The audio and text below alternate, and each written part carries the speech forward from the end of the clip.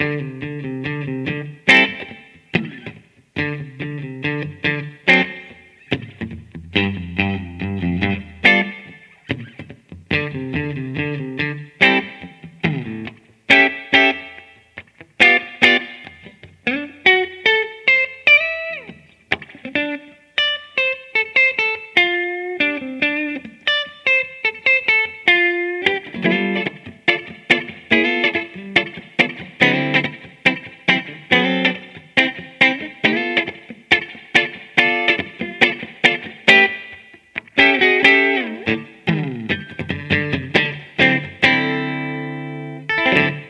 what's up, you guys? Marty Schwartz here from GuitarJams.com. Gonna bring you guys a classic funk kind of guitar lesson, with the classic James Brown chords.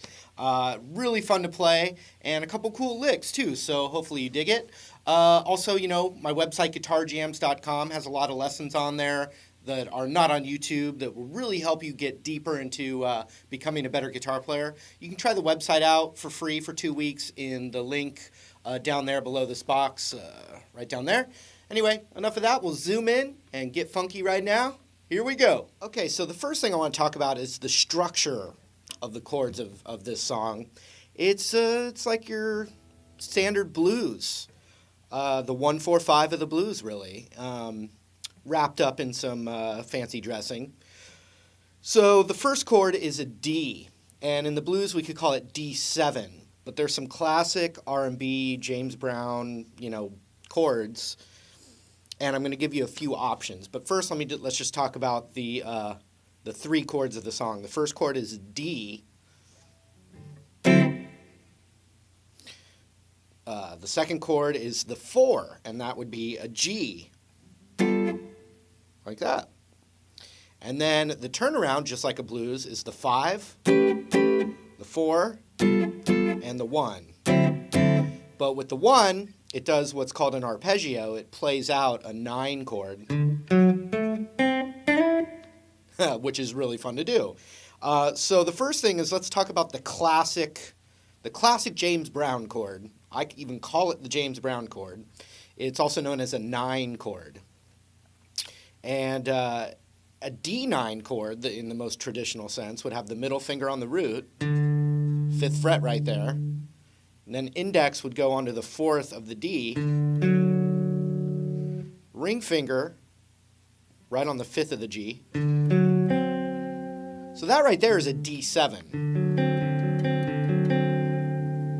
But to get it to be a D9, it's a little tricky at first, but you gotta just keep doing it and it'll get cleaner, I promise.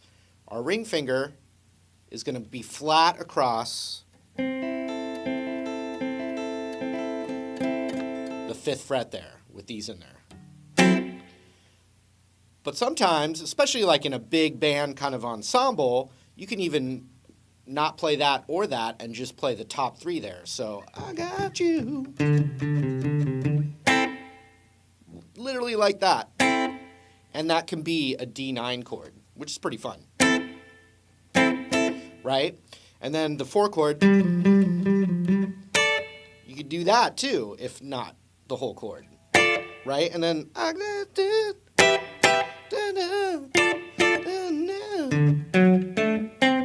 now let's do it with the full 9 chord.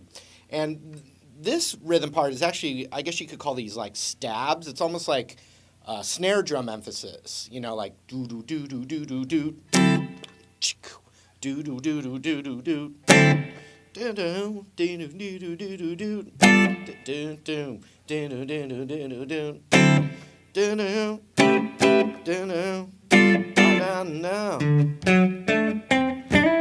Okay, if you're, in a power trio, you might want to go.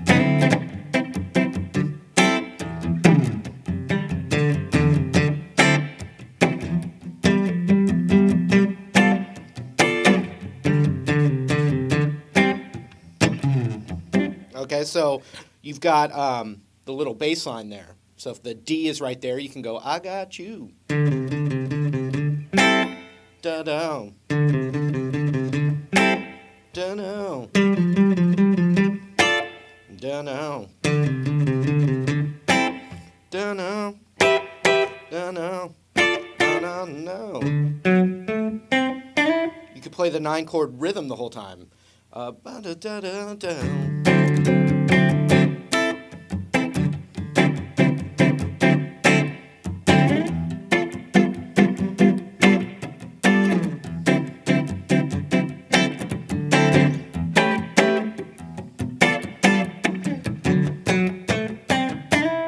So if you're just looking at the right hand, let's say I'm not even worried about the left hand, I've just got the right hand there, and you've got the 1, 2, 3, 4. You know, it's just that loose wrist, paintbrush over the strings. A lot of it's going to be muted. I could play that D9 chord, but not press down, and still get that mute sound.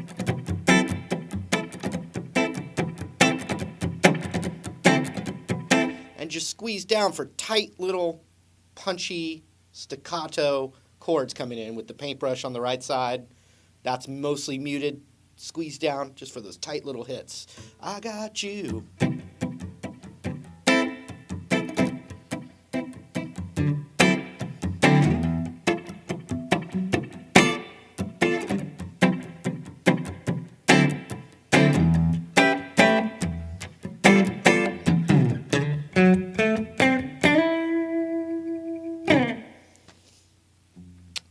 Let me show you that arpeggio lick.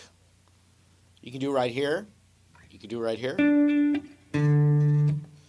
Since the D chord is right here, I'll teach it to you right there. So you got 5th, 4th, 7th, 5th, 9th.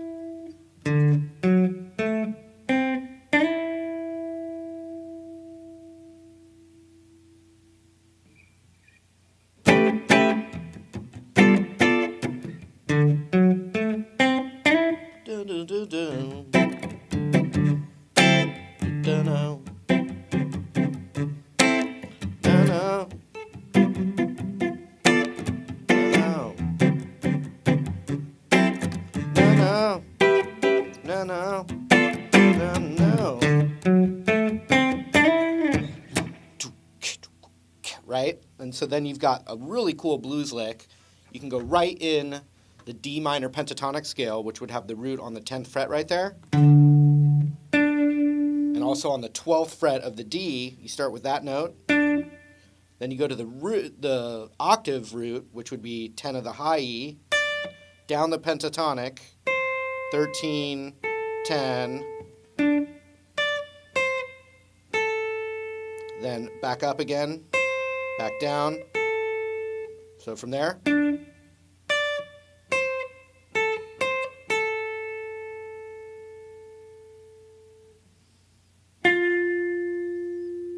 And then we're going to roll our index finger over the 10th fret of the G string and bend it up a little bit. Just a little sour bend right there.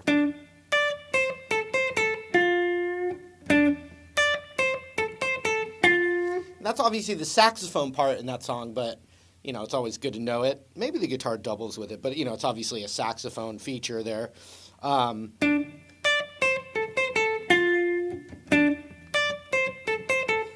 I G, G, D, D, G, G, A, A, back to the top. Okay, now I'm going to give you another chord that you can play instead of that James Brown chord. For this one, the root's on the E string instead of the A string. So for the 9 chord, the James Brown chord, we've been following the root on the A string. So D, G, A, G, D. Now if we found those roots on the E string, it would be 10th would be D.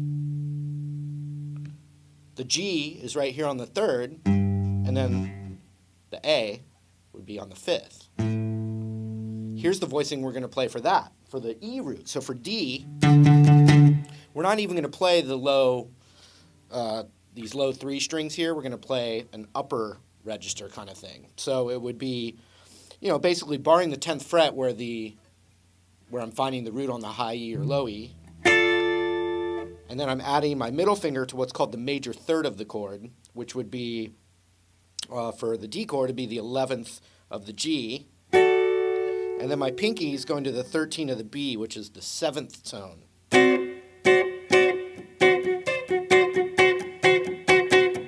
You know, you could use your ring if you can. I like my pinky right like that. So you can play this chord instead of that chord, or you can switch back and forth. So for the G chord, instead of G9, you can play that same voicing right here. Back to D. Then the turnaround for the A would be right here.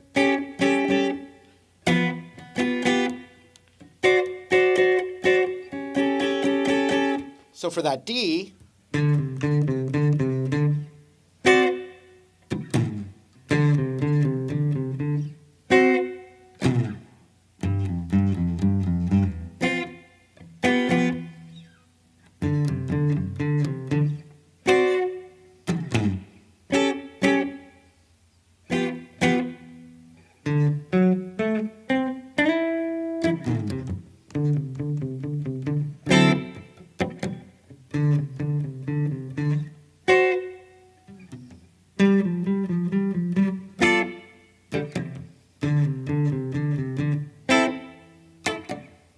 right? A, G, arpeggio.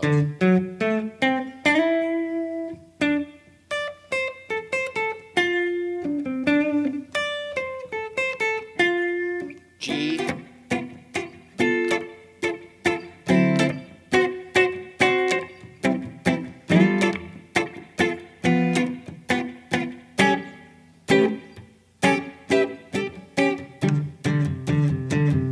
okay, now at the end, once you get up there, you just go down, back to the root, down the pentatonic until the ending. So you got.